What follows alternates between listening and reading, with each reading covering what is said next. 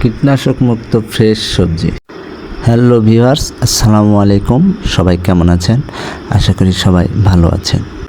তো আজকে আমি যেটা আপনাদের দেখাবো সেটা হচ্ছে আমার বাড়ির পাশে পরিত্যক্ত কিছু জায়গা পড়েছিল, সেটাতে আমি কিছু সবজি চাষ করেছি যেটা আমাদের পরিবারের চাহিদা মেটাবে। আজকে আমি সেই সবজিগুলো উঠাবো পরিবারের খাবারের জন্য। তো চলেন যাই, দেখা যাক কী কী সবজি আমি লাগিয়েছি। প্রথমে আমরা যাব ঢেঁড়স উঠাতে। ঢেঁড়স সবেমাত্র ধরা শুরু করেছে, এ কারণে তেমন ফলন হয় নাই। দু একটা করে ধরা শুরু করছে, গাছের বয়স কম। আর কিছু গাছ ছত্রাকজনিত কারণে মারা গিয়েছে। এগুলো একদম ফ্রেশ, আর দেখুন কত সুন্দর দেখতে হয়েছে। তো এখন আমরা বেগুন তুলব।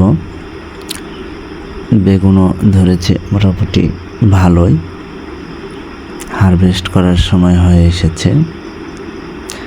যদিও বাসায় খাওয়ার জন্য, তো একটু কচি থাকা অবস্থায় তোলায় ভালো, খেতে খুব সুস্বাদু হয়।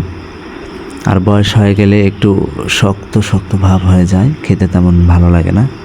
তো এগুলো কিন্তু একদম ফ্রেশ, অর্গানিক, কোনো কীটনাশক দেওয়া নাই, জৈব সার এবং জৈব কীটনাশক দেওয়া, একদম ফ্রেশ, কোনো ক্ষতিকর উপাদান নাই। এই যে দেখুন কত সুন্দর বেগুন আর ঢেঁড়স। তো উঠিয়েছি। তো এই বেগুনটা একটু দেখতে অদ্ভুত, কেমন জানি একটা ধরন হয়ে গিয়েছে। দেখুন আপনারা, বেগুনের থেকে কেমন জানি একটা শাখা বের হয়েছে। তো আমাদের ঢেঁড়স এবং বেগুন তোলা শেষ, এখন যাব বরবটি তুলতে। তো চলুন দেখি কেমন হয়েছে বরবটি। মাশাআল্লাহ, বরবটি ভালোই ধরেছে, অনেক লম্বা লম্বা হয়ে থাকে এই বরবটিগুলো, আর প্রচুর ধরে।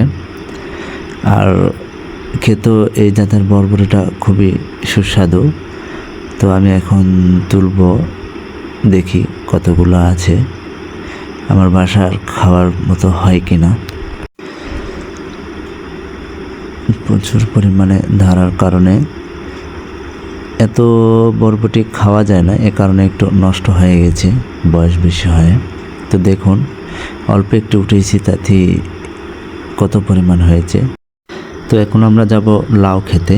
এই যে দেখুন কত সুন্দর লাউ ধরেছে, শৌখিন লাউ, একদম কচি, কোনো এক্সপোর্ট নাই, দাগ নেই, একদম, আগেও বলেছি একদম অর্গানিক, কোনো কীটনাশক দেওয়া নাই। আমি জৈব সার এবং জৈব কীটনাশক দিয়ে চাষ করেছি। তো এখন মরিচ উঠাচ্ছি, মরিচও লাগিয়েছি বাসায় খাওয়ার জন্য। আসলে মরিচ যেন কিনে না খেতে হয়, এ কারণে মরিচের গাছও কয়েকটা লাগিয়েছিলাম, খুব সুন্দর হয়েছে। তো এখন আমরা যাব কদর তুলতে, যাকে আমরা দুন্দুল বলে থাকি। এই যে দেখেন কত সুন্দর দুন্দুল ধরেছে, কত কচি আর শৌখিন দেখতে। তো একটা উঠাইলাম, দেখি আরও একটা আছে, ওটাও আমি এখন উঠাবো। তো দেখেন কত সুন্দর হয়েছে, দেখতে কত সুন্দর, আর খেতে কত সুস্বাদু হবে আপনারা বুঝতে পারতেছেন। এই যে দেখেন কত সুন্দর আমার সবজি ক্ষেতের সবজি, বরবটি, দুন্দুল, বেগুন, ঢেঁড়স, ঝাল, লাউ, কত সুন্দর। আর আপনারা জানেন যে এগুলো কোনো কীটনাশক স্প্রে করা নেই, জৈব সার এবং জৈব কীটনাশক দিয়ে তৈরি করা, কোনো পার্শ্ব প্রতিক্রিয়া নেই। আমার এই কাজটি আপনাদের কেমন লেগেছে অবশ্যই কমেন্ট করে জানাবেন, এবং একটা লাইক করবেন, এবং আমার এই চ্যানেলটি সাবস্ক্রাইব করবেন। ধন্যবাদ সবাইকে।